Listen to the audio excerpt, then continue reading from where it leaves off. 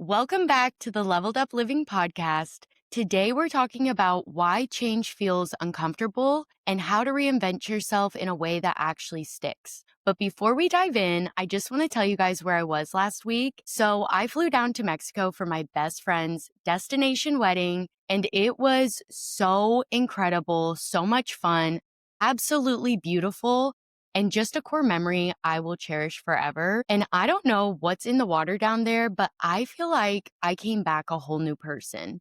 And it gave me some inspiration for this week's episode. So, you know that moment where you realize you're just not the same person you were 6 months ago, but then you kind of look at your life and realize it still looks the same. That job, that routine, that way of thinking, it's like it doesn't fit anymore. That's the moment that most people start to crave reinvention.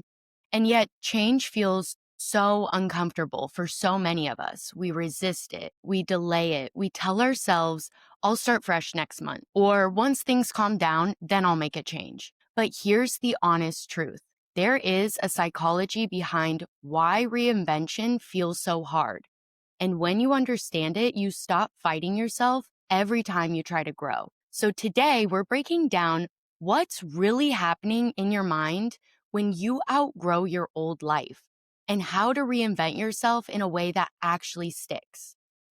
So, part one, why invention feels so hard. The first thing to understand is this. Your brain doesn't care if you're happy. It only cares if you're safe. And safe to your brain means familiar. That's why even when you want to change, even when you know something isn't working, your mind still clings to what it knows. Because it's not trying to sabotage you, it's actually trying to protect you. And this is called identity attachment.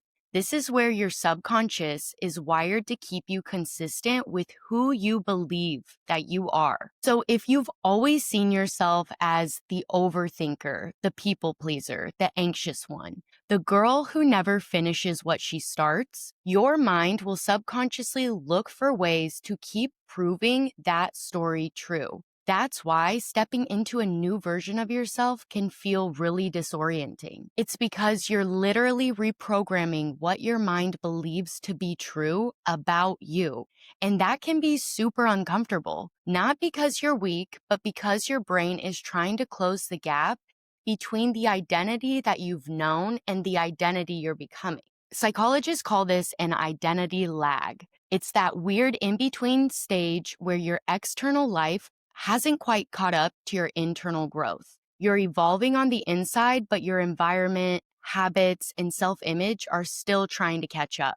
It's like your brain is saying, wait, are we really doing this? Are we really becoming this person? So if change feels heavy, if you've ever thought, why can't I just stay consistent? You're human. That's part of the human conditioning. None of us are perfect. Okay, part two. The hidden psychology of reinvention. So let's zoom out for a second. Every major change, whether it's a new job, a breakup, a move, or personal growth, goes through 3 phases. Awareness, you realize something's off or different, you start to crave more. Resistance, you try to change, but everything in you pushes back. And the last one, integration. You finally become the person who lives the new reality. But most people quit in the resistance phase because that's where the subconscious starts to panic. It says, this feels really unsafe. We've never done this before. So it pulls back towards old behaviors, old routines, and old coping mechanisms. And this is why people self-sabotage right when things start to go well. The brain's survival instinct is louder than its growth instinct. Reinvention doesn't work when you bully yourself into change. It works when you partner with your brain and stay mindful. Because here's what's wild. Your subconscious doesn't need massive proof. It just needs consistent evidence. Providing your brain with consistent evidence are micro signals that tell your brain, we're safe and this is who we are. Part 3, how to reinvent yourself the right way. So how do you do this in real life without burning out or falling off the wagon? Here's the formula. Step 1, define your next level identity. not just your goals, your identity. Ask yourself, who am I becoming? What does that version of me believe, tolerate, prioritize, and do differently? Step 2, audit what still belongs to the old version. So look at your habits, your environment, your relationships, your daily routine, and ask yourself, does this support who I'm becoming? Or does this support who I used to be? Sometimes reinvention isn't about adding more to your life. It's about removing the things that are keeping you anchored to this old version of yourself. Step 3, start practicing micro reinvention. These are small, repeated actions that teach your brain to trust the new identity. It's the 5-minute morning walk that says, I care about my mental health. It's the tough boundary that you set that says, I respect myself. It's the new conversation you allow yourself to have, the new way you respond, the new decision you make, even when it feels foreign. Every time you follow through, your brain gets evidence that change is safe. And over time, safe becomes familiar and familiar becomes your new normal. That's the psychology of reinvention in action. Okay, reinvention isn't about becoming someone new. It's about returning to the version of you that existed before the world told you who to be. Change feels hard because you're literally rewiring your brain, reteaching your nervous system, and rewriting your story.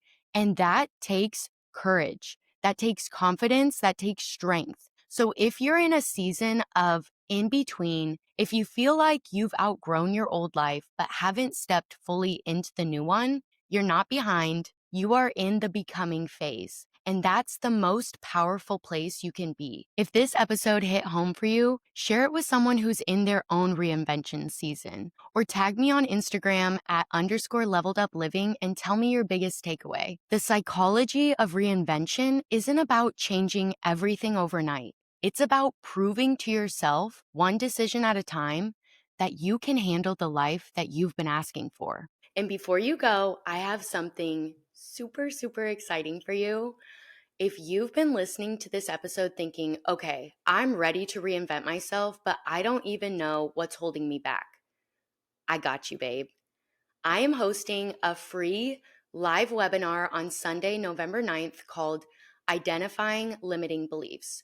We are going to dig into the subconscious patterns that quietly shape your decisions, your confidence, and the way that you see yourself. And I will show you exactly how to find and shift the beliefs that are keeping you stuck. If you've ever caught yourself saying, I know what I want, but I just can't seem to get there, this webinar is specifically for you.